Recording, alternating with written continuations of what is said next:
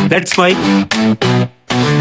Day special. नमस्कार, let's mic में आपका स्वागत है। डे स्पेशल के साथ मैं राखी जैन।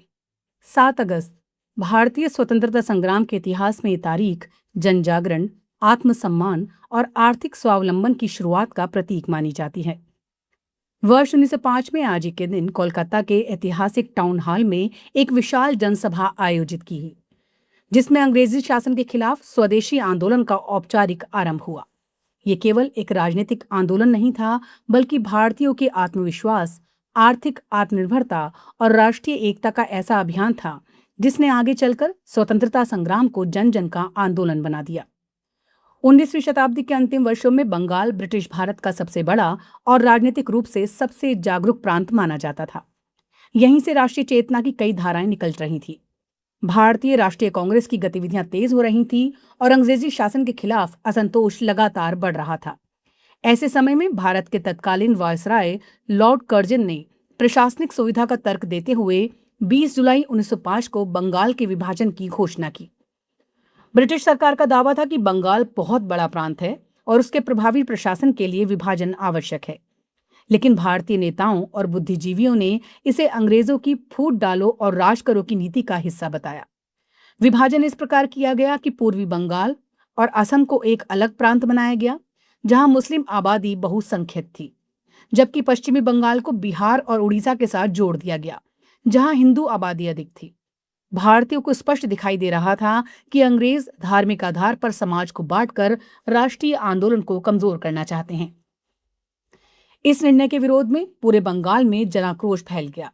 विद्यार्थियों, शिक्षकों, वकीलों, व्यापारियों और आम नागरिकों ने विरोध प्रदर्शन शुरू कर दिए।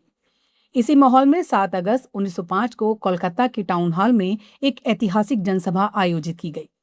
हजारों लोगों की उपस्थिति में विदेशी वस्तुओं के बहिष्कार और स्वदेशी वस्तुओं को अपनाने का प्रस्ताव पारित किया गया। यही वो क्षण था जिसे स्वदेशी आंदोलन की औपचारिक शुरुआत माना जाता है। स्वदेशी आंदोलन का स्पष्ट संदेश था, यदि अंग्रेज भारत की आर्थिक शक्ति का उपयोग अपने हित में कर रहे हैं, तो भारतीय विदेशी वस्तुओं का बहिष्कार करके उनकी आर्थिक व्यवस्था को चुनौती देंगे।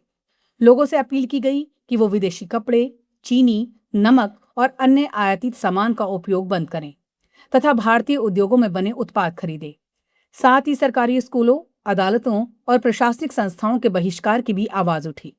इस प्रकार यह आंदोलन राजनीतिक विरोध के साथ साथ आर्थिक आत्मनिर्भरता का भी अभियान बन गया।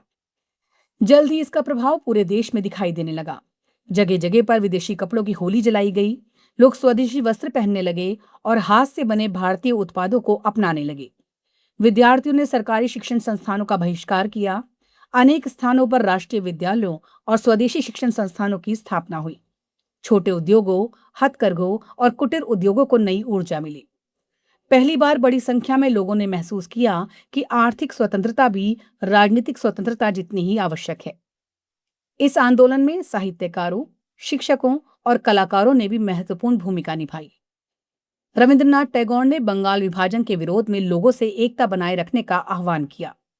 उन्होंने प्रसिद्ध गीत अमार सोनार बांग्ला की रचना की, जो बाद में बांग्लादेश का राष्ट्रगान बना। टैगोर ने हिंदू और मुस्लिम समुदाय के बीच भाईचारे का संदेश देने के लिए रक्षाबंधन उत्सव आयोजित करने का सुझाव दिया। लोग एक दूसरे को राखी बांधकर ये संदेश देते थे कि धर्म अलग हो सकता है, लेकिन देश एक है। स्वदेशी आंदोलन ने भारतीय राजनीति में भी नया परिवर्तन लाया। इससे पहले राष्ट्रीय आंदोलन मुख्यतः शिक्षित वर्ग तक सीमित था, लेकिन अब व्यापारी, किसान, महिलाएं, विद्यार्थी और आम नागरिक भी इसमें सक्रिय रूप से जुड़ने लगे। बाल गंगाधर तिलक, बिपिन चंद्र पाल, लाला लाजपत राय और अरविंद घोष जैसे नेताओं ने इस आंदोलन को पूरे देश में फैलाने में महत्वपूर्ण भूमिका निभाई। ये पहली बार था जब आर्थिक बहिष्कार को राजनीतिक संघर्ष का प्रभावी हथियार बनाया गया। हालांकि व्यापक विरोध के बावजूद ब्रिटिश सरकार अपने निर्णय से पीछे नहीं हटी और 16 अक्टूबर 1905 को बंगाल विभाजन लागू कर दिया गया। इस दिन पूरे बंगाल में शोक दिवस मनाया गया। लोगों ने उपवास रखा, गंगा स्नान किया और काले बिल्ले लगाकर विरोध जताया। लेकिन अंग्रेजी शासन के विरुद्ध जनमत इतना प्रबल हो चुका था कि अंततः वर्ष 1911 में ब्रिटिश सरकार को बंगाल विभाजन का निर्णय वापस लेना पड़ा। ये भारतीय जनता की संगठित शक्ति की पहली बड़ी राजनीतिक जीत मानी जाती है। नमस्कार।